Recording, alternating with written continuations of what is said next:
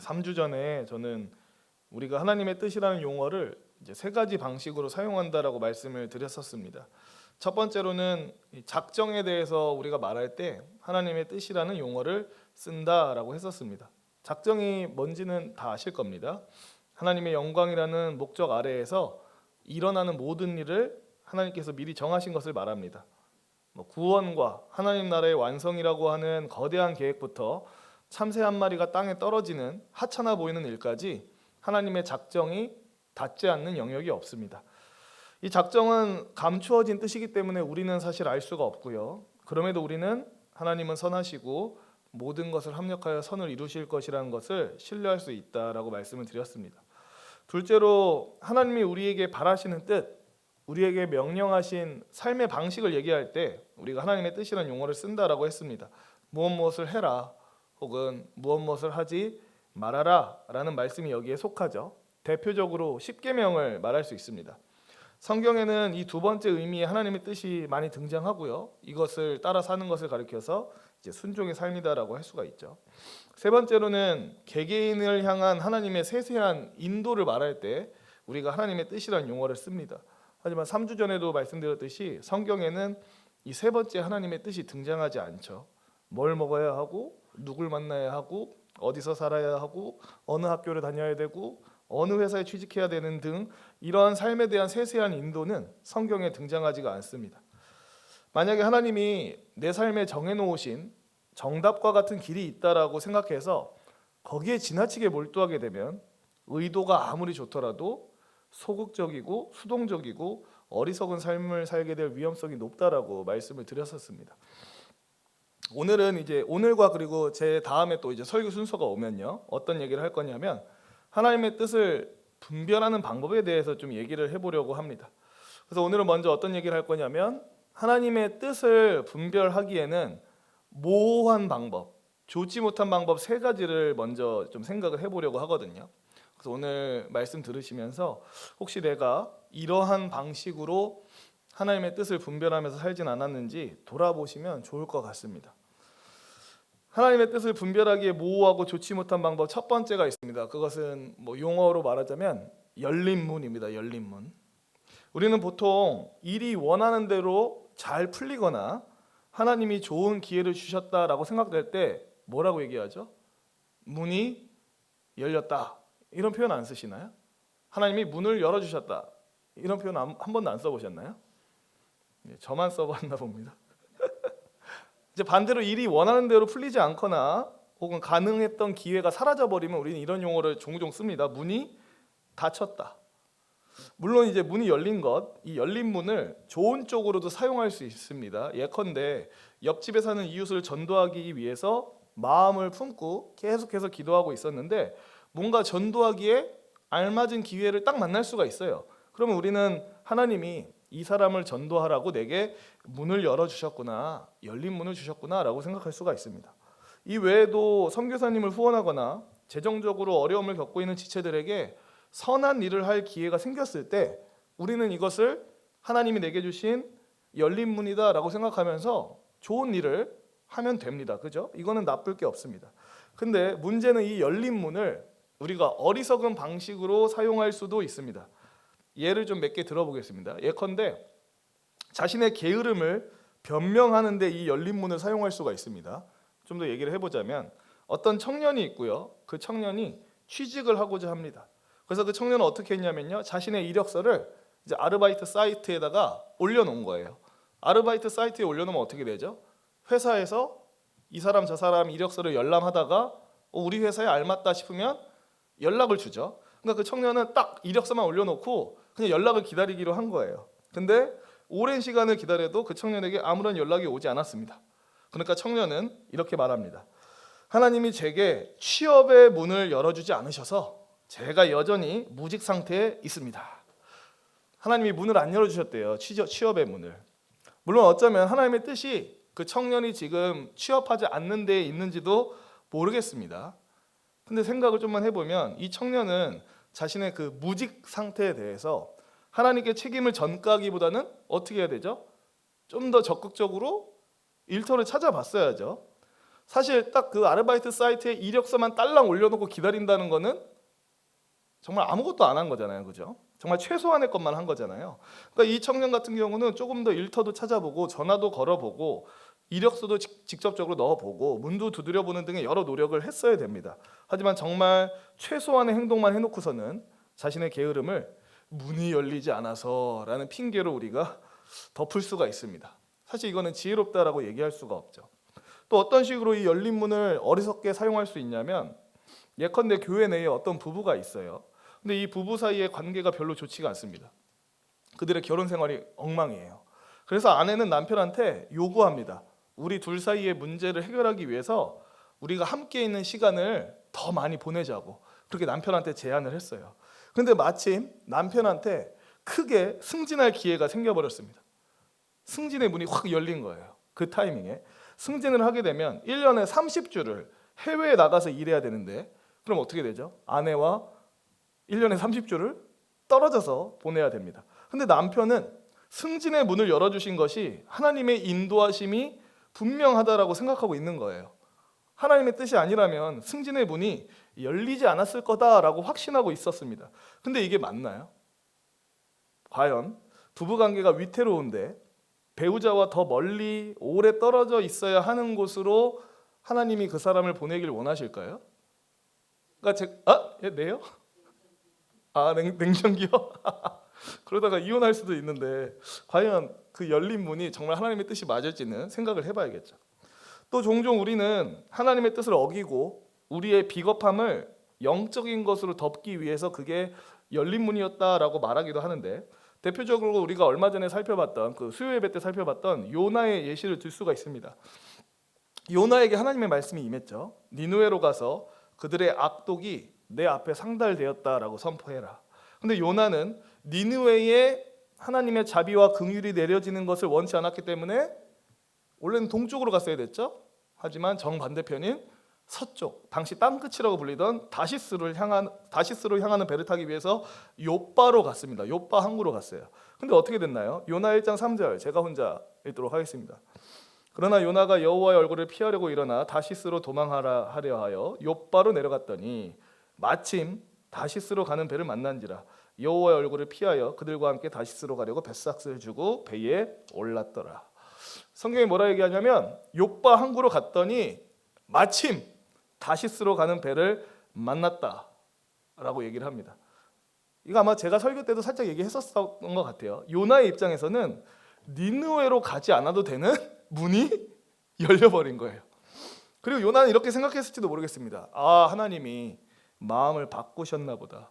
하나님도 내가 니느웨로 안 가기를 원하나 보다. 그냥 니느웨가 멸망하기를 원하시나 보다. 그렇지 않고서야 이렇게 순적하게 다시스로 가는 배를 만날 수 있을까? 라고 생각했는지도 모르겠습니다. 근데 요빠에 마침 다시스로 향하는 배가 있던 게, 다시스로에 열린 문이 있던 게 하나님도 요나의 생각에 동의하셨다는 증거인가요? 아니죠. 하나님이 마음을 바꾸셨다는 증거가 아닙니다. 다시스로 가는 배는 사실상 하나님의 인도하심과 관련이 없고 그냥 요나의 불순종과만 관련이 있을 뿐입니다. 그러니까 우리가 이런 식으로 문이 열렸다, 기회가 생겼다를 불순종에 대한 어떤 핑계거리로 사용할 수도 있다라는 거예요. 아니 문이 열렸으니까 저는 어쩔 수 없이 그렇게 했을 뿐인데, 막 이런 식으로요. 마지막으로도 마지막으로 하나만 더 예시를 들자면 이럴 수 있습니다. 어떤 청년이 오랫동안 취직을 위해서 애써왔고 기도해 왔는데 별다른 응답이 없었어요. 그런데 어느 날 한 회사에서 연락이 왔습니다. 이곳에 취직하면 주의를 지키는 거는 이제 거의 불가능해지지만 연봉은 대기업 못지않게 줄 수 있다라고 하는 거예요. 자, 청년은 이 상황을 어떻게 받아들여야 됩니까? 주일은 거의 못 지킨대요, 이 회사에 들어가면. 근데 연봉을 대기업 수준으로 주겠대요. 그럼 청년은 문이 열렸으니까 이거 하나님의 인도하심이다라고 생각하고 거기 회사에 들어가야 되나요?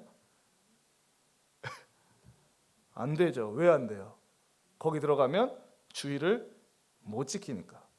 말씀드리고자 하는 건 뭐냐면요, 열린 문, 우리 삶 속에 열려진 어떤 기회가 하나님의 뜻을 분별해내는 정확한 도구가 될 수 없다라는 겁니다.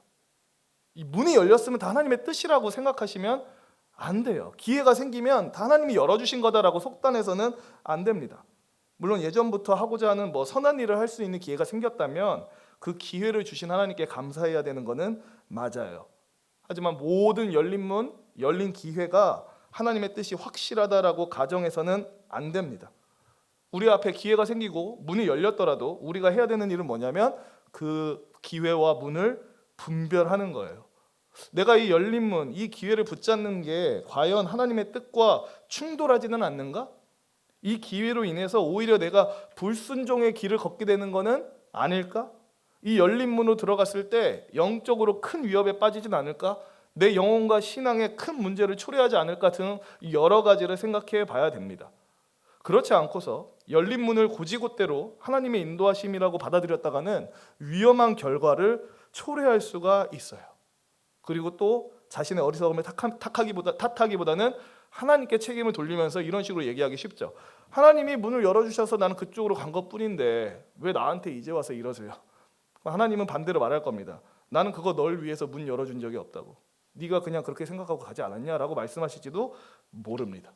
그래서 우리가 하나님의 뜻을 분별하기에 열린 문, 열린 기회라는 방법을 고지곳대로 하나님의 뜻을 받아들이는 것은 모호하고 좋지 못한 방법이라고 말씀드릴 수가 있습니다. 하나님의 뜻을 분별하기에 모호하고 좋지 못한 방법 두 번째는 이거 해보신 분 많을 것 같은데 양털 시험입니다. 양털 시험. 이 양털 시험이 어디서 유래된 건지 감이 오시겠죠? 누구에게서 나온 걸까요? 맞아요. 기드온에게서 나온 거죠. 사사기 6장 제가 36절에서 38절 잘 아시는 말씀이지만 같이 한번 읽어보도록 하겠습니다. 기드온이 하나님께 주께서 이미 말씀하신 같이 오소서 내가 양털 한 뭉치를 땅에 두리니 만일 이슬이 양털에만 있고 주변 땅은 마르면 주께서 이미 말씀하신 같이 이스라엘을 구원하실 줄을 내가 알겠나이다 하였더니 그대로 된지라. 이튿날 기드온이 일찍이 일어나서 양털을 가져다가 그 양털에서 이슬을 짜니 물이 그릇에 가득하더라. 기드온이 미디안 아말렉 연합군과 싸움을 앞두고 있을 때 하나님은 이미 기드온한테 말씀하셨습니다. 내가 너를 통해서 이스라엘을 구원하겠다. 근데 기드온은 이 하나님을 온전히 신뢰하지 못했죠. 그래서 그는 정말로 하나님이 나를 통해 이스라엘을 구원하시려는 게 맞다면 이제 조건을 걸죠. 내가 양털 한 뭉치를 타작마당에 둘 테니까 이슬이 양털에만 내리게 하시고 주변의 땅은 마르게 해주세요. 이거 말이 되나요? 이거 현실적으로 가능한 일인가요? 아니 어떻게 그 타작마당에다 양털을 뒀는데 양털만 젖고 땅이 안 젖을 수가 있어요? 젖으려면 다 같이 젖어야지. 그러니까 일반적으로 그냥 불가능한 일을 요구한 겁니다. 근데 하나님은 그 불가능한 일을 해주시죠. 확신을 주려고. 다음날 정말로 양털만 젖고 주변 땅은 말라 있었습니다. 근데 여기서 기드온이 한 번 더 요구하죠. 하나님 이번에는 반대로 해달라고. 양털만 마르고 주변 땅만 젖게 해달라고. 이것 역시 사실 일반적으로 불가능한 일입니다. 근데 하나님은 기드온에게 확신을 주시려고 또 그거에 그대로 응해 주세요. 그리스도인들도요, 당혹스러운 공경에 처할 때 혹은 내가 어떤 결정을 내려야 될지 도무지 모를 때 이 기드온에게 영감을 받아서 자기만의 양털 시험을 하게 됩니다. 제가 그랬어요. 말씀을 드리자면 제가 대학생 시절에 저만의 양털 시험을 해본 적이 있습니다. 당시 저는 S대를 다니고 있었는데요. 당연히 서울대 아니겠죠. 아무튼 S대를 다니고 있었는데 아니 너무 웃으시는 거 아닌가요? 당시 저는 제가 다니는 학교 그 간판이 마음에 안 들었어요. 그 당시에. 그래서 만약에 저의 이력을 쭉 읊었을 때 그 학교 이름이 들어있다라는 게 되게 싫었어요. 그래서 편입을 해야 되나 말아야 되나 고민에 빠져 있었거든요. 그래서 그때 제가 양털 시험을 하게 됩니다. 그래서 어떤 양털 시험을 하게 되냐면 하나님 제가 학교에서 누구누구를 마주치면 편입을 하지 말라는 뜻으로 받아들이고 내가 누구누구를 마주치지 않으면 편입을 하라는 뜻으로 받아들이겠다고. 이런 식으로 기도를 해버린 거예요. 그 누구가 누구였냐면 제가 군대에 있을 때 만났던 선임인데 같은 학교 CCC에 있는 사람이었어요. 근데 제가 다녔던 그 S대학교가 캠퍼스가 굉장히 넓고 서울대는 아니지만 굉장히 캠퍼스가 거기도 넓었습니다. 캠퍼스가 넓고 다니는 학생 수가 워낙 많기 때문에 그 학교에서 그 한 명을 딱 마주친다? 이거 확률이 되게 낮은 거였어요. 그러니까 사실상 저는 좀 편입을 하려는 쪽에 하나님이 좀 그런 의견을 실어주셨으면 하는 바람이 있었던 거죠. 근데 3일이 안 돼서 그 선임을 만났어요. 학교 정문 쪽에서. 그래서 어이씨. 그래서 이제 막 반갑게 인사도 하고 근황도 묻고 그러면서 저는 이제 편입하지 않기로 마음을 정했는데 그래서 지금 이렇게 돼버렸거든요. 아, 잘한 건가요? 만약 편입했어도 뭐 돌고 돌아서 일로 올 사람은 왔을 것 같은데요. 혹시 저처럼 비슷하게 양털 시험 해본 분 계셔요? 조건을 걸어서 하나님 이렇게 되면 하나님의 뜻인 줄 알고 이렇게 되지 않으면 하나님의 뜻이 아니라고 생각할게요 라고 분명히 이런 양털 시험 해보셨을 거예요. 근데 저는 이 양털 시험을 하면서도 마음이 불편했거든요. 사실 꺼림칙했어요. 이런 식으로 하나님의 뜻을 구하는 게 솔직히 맞나? 이렇게 하나님의 뜻을 분별하는 게 맞나? 왜냐하면 예수님이 이렇게 말씀하셨거든요. 마태복음 4장 7절에 보면 예수께서 이르시되 또 기록되었으되 주 너의 하나님을 시험하지 말라 하였느니라 하시니. 예수님은 우리한테 하나님을 시험하지 말아라, 그분을 테스트하지 마라, 그분을 재보지 말라라고 말씀하셨거든요. 근데 양털 시험은 의도가 어떻든 간에 사실 하나님을 재보는 행동이에요. 시험하는 행동이에요. 그래서 이게 마냥 선하다라고 말할 수가 없습니다. 이 양털 시험이 성경에 등장했다고 해서요, 이게 모든 성도에게 권장할 만한 행동이 아니에요. 왜냐하면 이게 어떤 책에 나오는 얘기입니까? 사사기에 나오는 책이에요. 사사기가 어땠죠? 이스라엘 역사상 가장 어두운 영적 시기 중에 하나였잖아요. 그죠? 아마도 기드온에게는 제대로 된 성경이 없었던 것 같고요. 그리고 사사기의 주제가 사사기 21장 25절에 나오는 것처럼 그때의 이스라엘의 왕이 없으므로 사람이 각각 자기 소견에 옳은 대로 행하였다가 그 책의 주제였기 때문에 기드온의 양털 시험을 우리 모든 성도가 사용해도 되는 방법이다라고 받아들이면 애매합니다. 그죠? 그리고 성도님들도 아실 겁니다. 기드온이 양털 시험을 한 거는요, 지혜롭고 신실한 의사결정 방법이 아니었어요. 그는 어떻게든 하나님이 내리신 명령을 거부하고 싶었고 하나님이 주신 사명을 포기하고 싶었거든요. 그래서 말도 안 되는 제안을 한 거예요. 어떻게 양털만 젓고 땅이 안 젖어요? 젖으려면 다 같이 젖든가 마르려면 다 같이 말라야 되는데 일부러 불가능한 조건을 내밀면서 그 사명을 자꾸 피하려고 했던 겁니다. 그러니까 이 기드온의 양털 시험은 믿음과 신실함이 아니라 비겁함과 불신의 표시였죠. 그래서 우리가 굳이 변형된 양털 시험, 나만의 양털 시험을 하면서까지 하나님의 뜻을 구하라고 하기에는 너무 애매합니다. 아마 근데 인생을 살면서 한두 번은 하셨을 거예요. 근데 앞으로도 이 방법을 써라라고 저는 말씀드리기 어려울 것 같습니다. 이건 하나님을 시험하는 일이고 이 양털 시험은 믿음과 신실함이 들어가기보다는 비겁함과 불신이 섞여 들어가기 훨씬 쉽기 때문에 그렇습니다. 하나님의 뜻을 분별하기에 모호하고 좋지 못한 이제 세 번째 방법은 무작위 성경 뽑기입니다. 무작위 성경 뽑기. 뭔지 아시죠? 주님 어떻게 해야 되죠? 성경 아무데나 쫙 펴고 눈에 처음에 들어오는 구절 보고 이것이 하나님의 뜻이군요. 이거 아주 위험한 방법입니다. 저나 성도님들도 아시거니와 하나님은 분명 성경을 통해서 우리 개개인에게 날카롭게 말씀하실 때가 있어요. 예를 들어보자면 어떤 성도가 음란물에 빠져 있어서 마음에 큰 갈등이 있었습니다. 음란물에 빠져 있다 보니까 하나님과 굉장한 거리감이 느껴져서 성경도 읽지를 못하고 기도도 하지 않은 채 계속 살고 있었어요. 근데 어느 날 문득 성도의 마음속에 성경을 너무 읽어보고 싶다라는 생각이 든 거죠. 그래서 일단 성경을 펼치긴 했는데 어디를 읽을지 몰라서 일단 예수님의 산상수훈을 쭉 읽어봐야겠다 하고 쭉 읽다가 이제 이 성도가 이런 말씀을 발견합니다. 마태복음 5장 8절에 마음이 청결한 자는 복이 있나니 그들이 하나님을 볼 것이미요.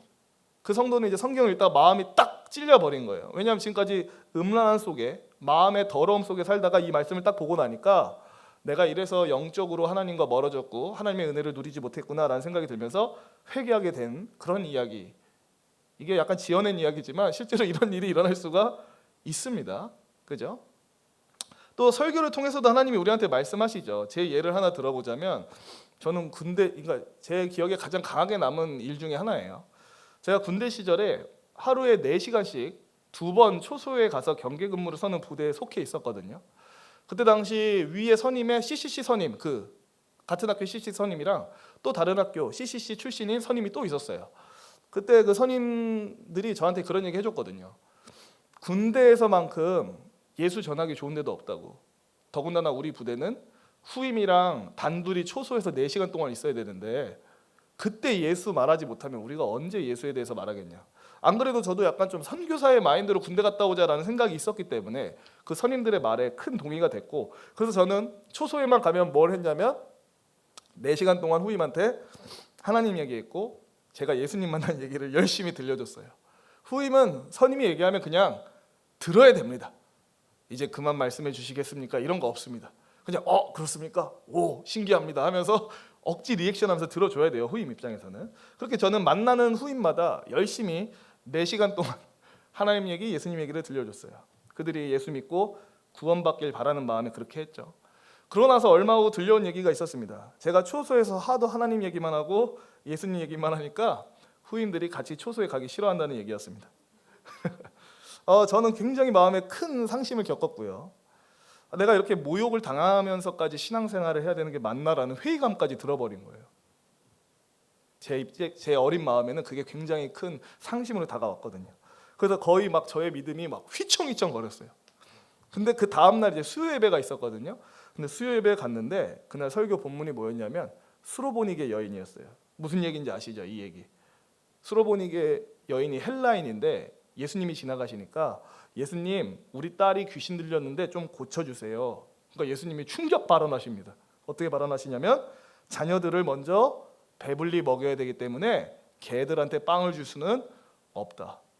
그러니까 여인이 뭐라 얘기하냐면 맞는 말인데 개들도 그 테이블 밑에 떨어지는 빵 부스러기는 먹지 않습니까? 라고 하면서 예수님을 계속 붙든 거죠.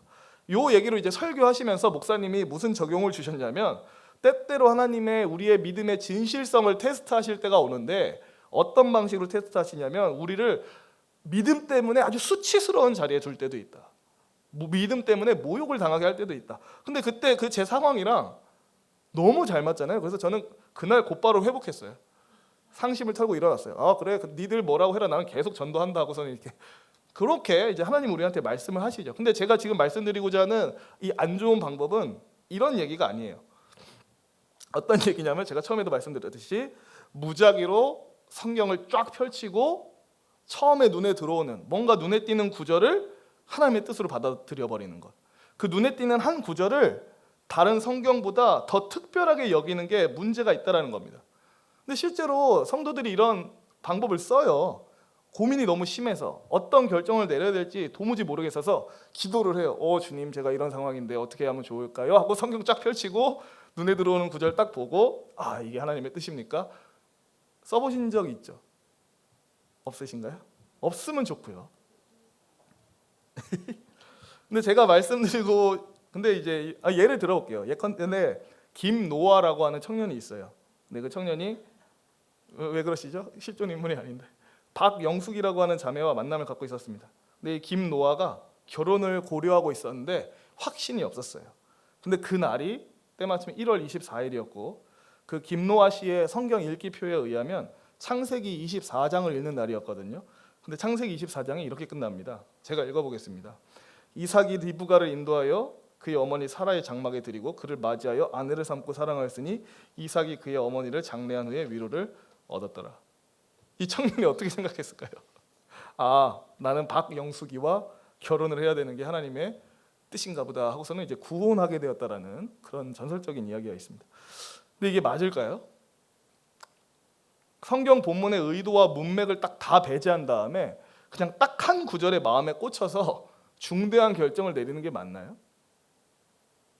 이런 것과 관련해서 교회 내에 떠도는 우스갯소리가 있습니다. 어떤 사람이 항상 인생을 이런 식으로 산 거예요. 성경을 무작위로 딱 펼쳐서 눈에 처음 들어오는 구절을 하나님의 인도하심이라고 믿고 사는 성도가 있었대요. 근데 어느 날 그 성도가 성경을 무작위로 쫙 펼쳐서 오늘 내게 주시는 말씀은 뭘까 하고 한 구절을 딱 봤는데 눈에 들어온 게 이거였다죠. 마태복음 27장 5절 유다가 은을 성소에 던져놓고 물러가서 스스로 목매어 죽은지라. 이상한 거죠. 아니 하나님이 나한테 목매어서 죽으라고 하시는 게 정말 하나님의 뜻인가? 말도 안 된다. 그래서 다시 한번 성경을 덮었다가 쫙 펼치고 눈이 머문 구절이 있었는데 이거였습니다. 누가복음 10장 37절 이르되 자비를 베푼 자니이다. 예수께서 이르시되 가서 너도 이와 같이 하라 하시니라. 그러니까 뒷부분에 눈이 꽂힌 거예요. 너도 이와 같이 하라. 그래서 이제 그 성도가 목매달아 죽었다라는 그냥 이게 지어낸 얘기겠죠. 이런 얘기가 있습니다. 혹시 이 자리에 계신 성도님들 중에 하나님의 뜻을 분별하기 위해서 이런 식의 방법을 써본 분이 계신지 모르겠습니다. 성경 아무데나 딱 펼친 다음에 시선이 꽂힌 구절이 내게 주시는 응답이다라고 받아들이는 이런 거예요. 근데 때로는 재밌게도 이 방법을 쓰면요, 그 눈에 꽂힌 구절이 내 상황이랑 딱 들어맞는 경우가 가끔 있어요. 그러면 이제 사람들은 전율을 느낍니다. 역시 하나님이 나한테 응답해 주셨어. 앞서 말했듯 결혼을 고민하고 있었는데 때마침 창세기 24장 맨 끝절을 딱 봤다라고 쳐보세요. 결혼하여 아내로 맞이하였더라. 그러면은 역시 하나님이 나한테 주시는 응답인가 보다 하기 쉽거든요. 근데 이런 방식이 위험합니다. 성경 본문이 결코 다룰 의도가 없던 질문을 던진 다음에 그 구절에 내 상황을 끼워 맞추는 것은 올바른 방식이 아닙니다. 성경 본문의 배경과 의도를 배제한 채 그 한 구절에 꽂혀서 의미를 부여해서 선택하는 것은 굉장히 위험해요. 찬송가 작사자이자 목사였던 존 뉴턴이 잉글랜드 워익에 있는 한 교회로의 부르심을 고민하고 있었다고 합니다. 그리고 그는 스스로 생각했대요. 내가 이 부르심에 응해서 잉글랜드 워익으로 가면 목회적으로 큰 성공을 거두게 될 거다라고 은연중에 생각하고 있었대요. 왜냐하면 그가 꽂힌 성경 구절이 있었기 때문에 그래요. 사도행전 18장 10절, 내가 너와 함께 있으며 어떤 사람도 너를 대적하여 해롭게 할 자가 없을 것이니 이는 이 성 중에 내 백성이 많음이라. 이 구절에 존 뉴턴이 마음이 꽂혀 있었기 때문에 내가 잉글랜드 워익으로 가서 사역하면 여기 하나님의 백성이 많을 거니까 나는 목회적으로 큰 성공을 거둘 거야 라고 기대를 했답니다. 근데 얼마 지나지 않아서 존 뉴턴이 깨달았대요. 나는 바울이 아니며 잉글랜드 워익은 고린도가 아니다 라는 것을 깨달았답니다. 그러니까 성경은 결코 존 뉴턴에게 잉글랜드 워익에서의 커다란 성공을 약속하지 않고 있다는 것을 깨달았다는 거예요. 그래서 존 뉴턴에게는 있었던 거죠. 뭐가 있었냐면 무작위로 성경 구절을 통해 인도를 구하는 게 좋은 방법이 아니다라는 것을 분별할 줄 아는 지혜가 있었던 겁니다. 고민이 되고 하나님의 뜻에 의심이 들 때 성경을 펼쳐서 눈에 띄는 구절에 딱 그 하나님의 뜻이라고 이 확정하는 방법은 사실 기독교뿐만 아니라 이교도들도 많이 쓰는 방법입니다. 이교도들도 자신들의 경전을 쫙 펼쳐가지고 눈에 띄는 구절로 자신의 신의 인도를 바라는 일을 해요.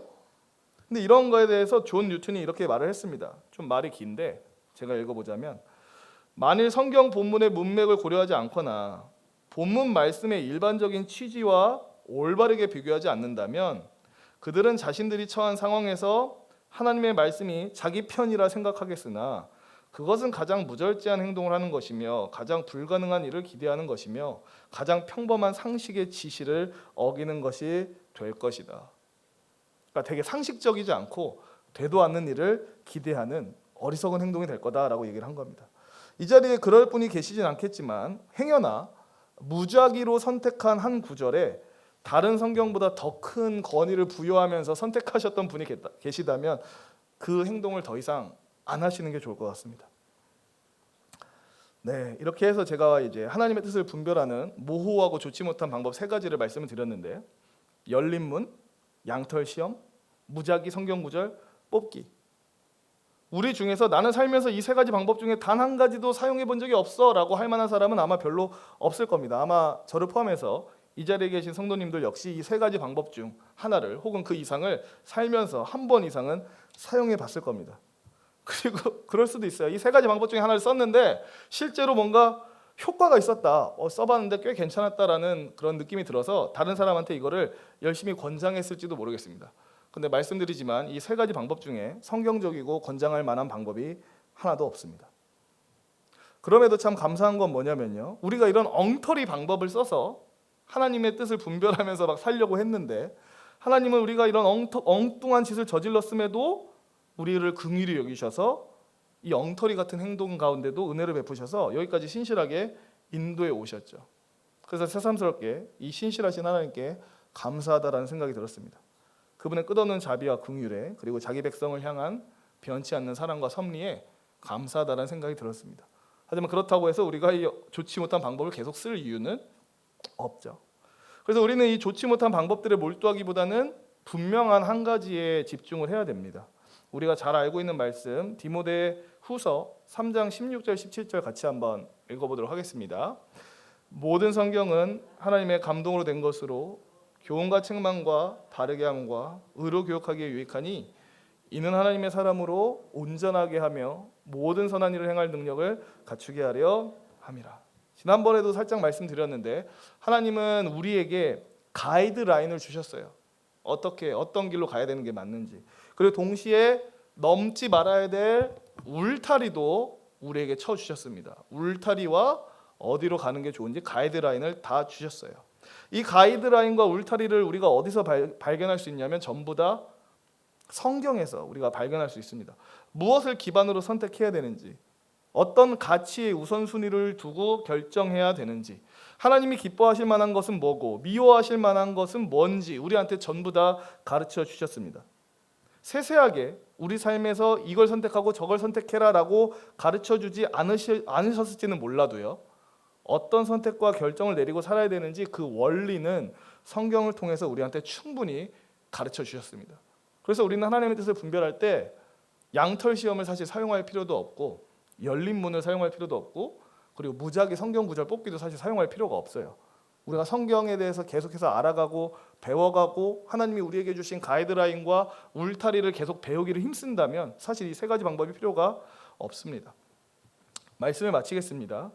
이제 다음 주가 아니고요. 다음에 또 제 설교 기회가 오면 하나님의 뜻을 분별하는 좋은 방법을 이제 말씀드릴 건데 사실 여기서 크게 벗어나질 않습니다. 우리를 향하신 하나님의 뜻을 분별하고 지혜의 길을 걷길 원한다면 사실 우리는 이런저런 방법, 이런저런 요령에 귀 기울이지 않고 성경을 더 알아가는 데 힘쓸 필요가 있습니다. 교회 강단에서 선포되는 하나님의 말씀을 듣고 성경을 더 깊이 알기를 원해야 되고요. 개인적으로 성경을 읽을 뿐만 아니라 성경 이해하는 데 도움을 주는 경건서적을 접하는 것 역시 굉장히 도움을 줍니다. 말씀을 바르게 보는 눈을 우리한테 가르쳐 주니까요. 하나님은 저와 성도님들에게 자유를 주셨고요. 동시에 그 자유를 어떻게 써야 될지 지침까지도 친히 내려주셨습니다. 자유를 어떻게 행사하면 좋을지 그 원리를 저와 성도님들한테 가르쳐 주셨어요. 그리고 방금 말씀드린 것처럼 이 모든 게 성경에 담겨 있습니다. 그래서 바라고 원하는 것은 저와 성도님들 모두가 하나님의 말씀의 반석 위에 서서 하나님의 선하시고 기뻐하시고 온전하신 뜻이 무엇인지 분별하면서 살아가는 그런 복된 성도님들 되시기를 주님의 이름으로 축원합니다. 네, 우리 이 시간 말씀 기억하면서 기도할 때에 우리가 살면서 많은 선택과 결정의 기로에 놓이면